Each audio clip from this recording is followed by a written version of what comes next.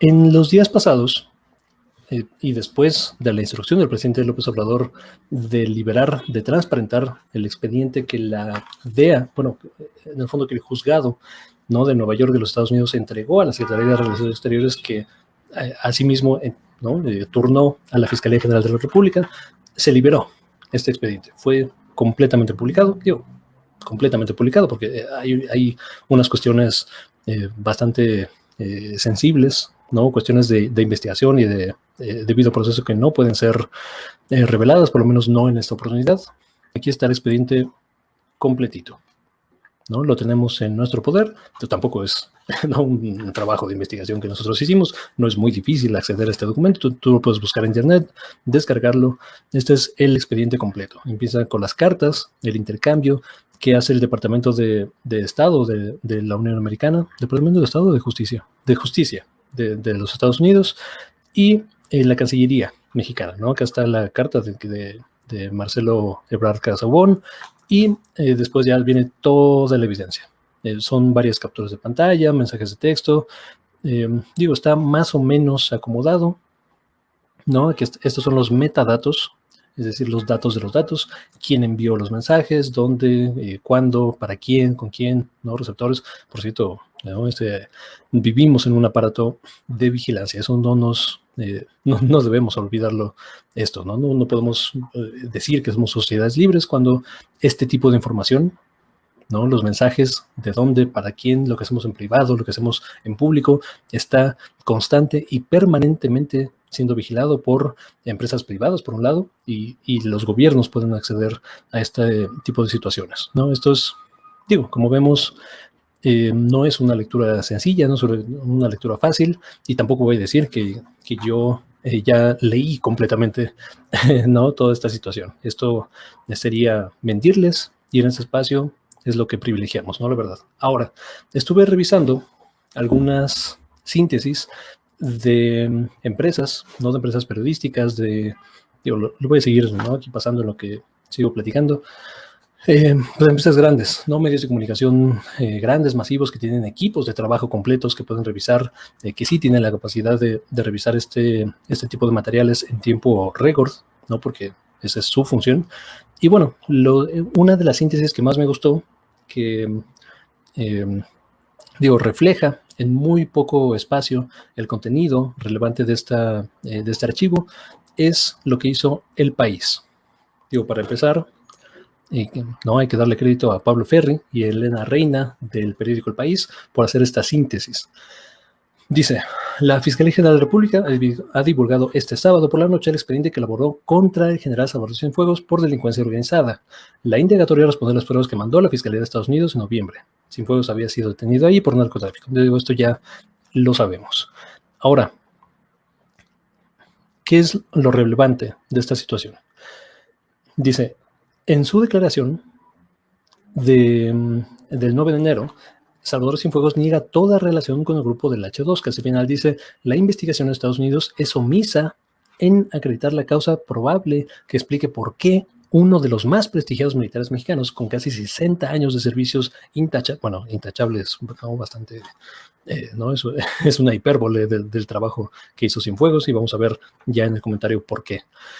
Intachables a su nación, en el momento más encumbrado de su carrera y todavía con varios años más por delante en el máximo cargo militar, se prestara a colaborar con un presunto narcotraficante de poca o nula importancia. Digo, esto es importante porque recordemos que a Cienfuegos se le vincula con el H2, ¿no?, que en el fondo es un cártel pues, de mediano a pequeño, que operaba o operan, por lo menos las células, ¿no?, de este cártel en el estado de Nayarit, un cártel del que, digo, incluso la gente que se dedica a investigar este tipo de fenómenos, pues no lo tiene en el radar como una de las principales organizaciones, vamos, ni siquiera de la región, ¿no?, en esta situación, ¿no? Entonces, bueno, lo que concluye esta investigación, y lo declara, digo, la parte más interesante, y eso hay que tenerlo en cuenta, es casi al final, y se refiere a la declaración que hace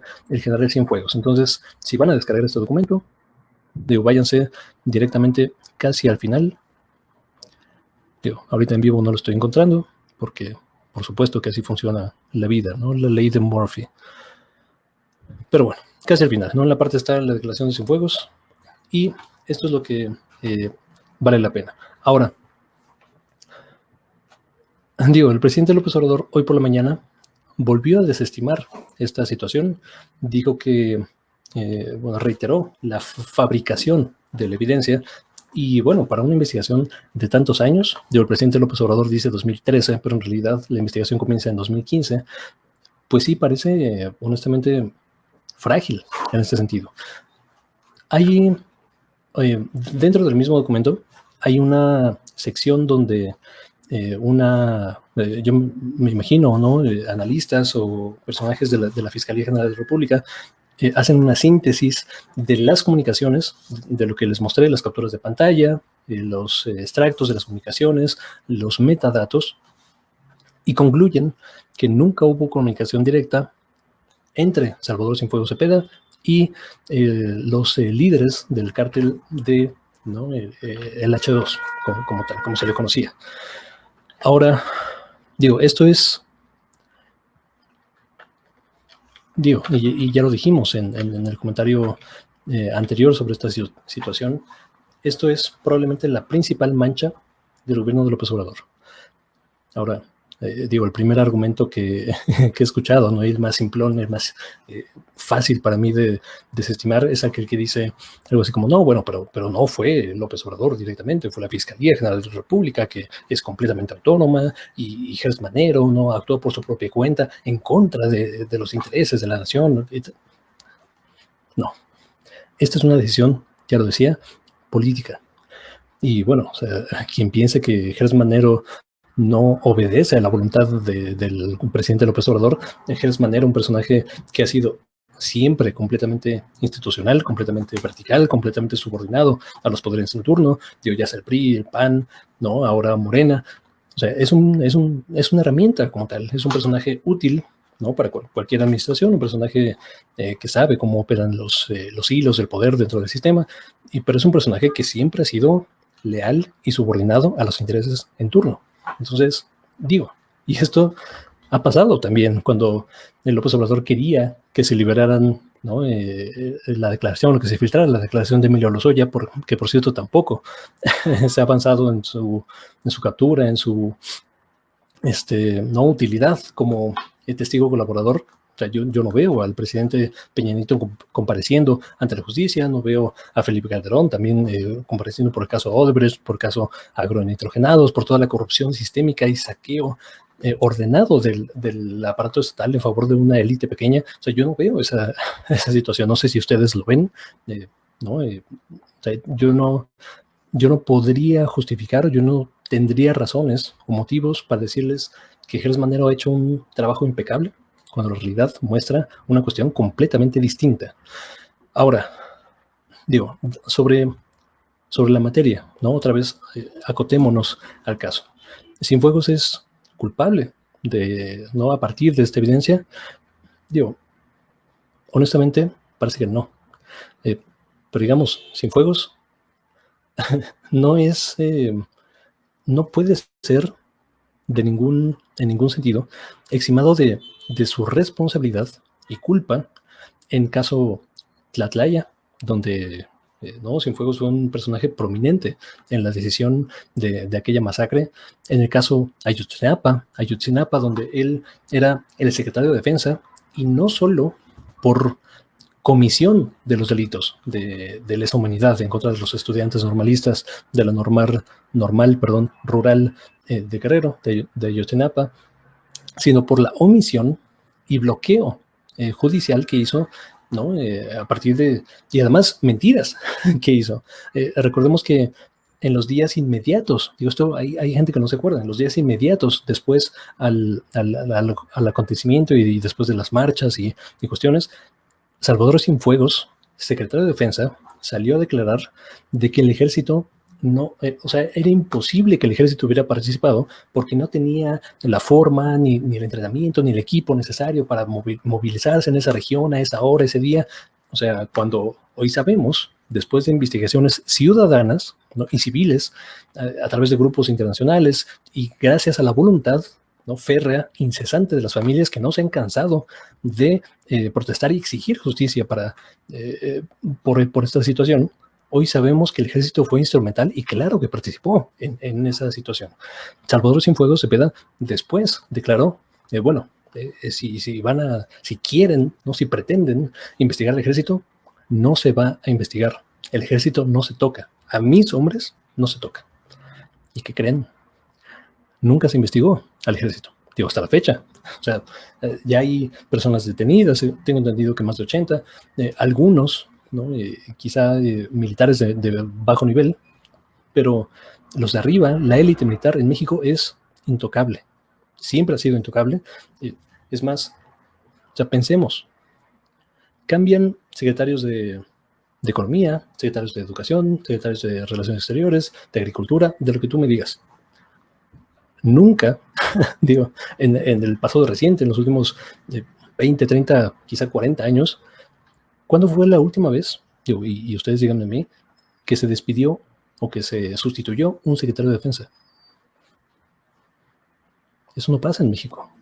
O sea, la élite militar ha sido, y ahora sabemos que sigue siendo, intocable.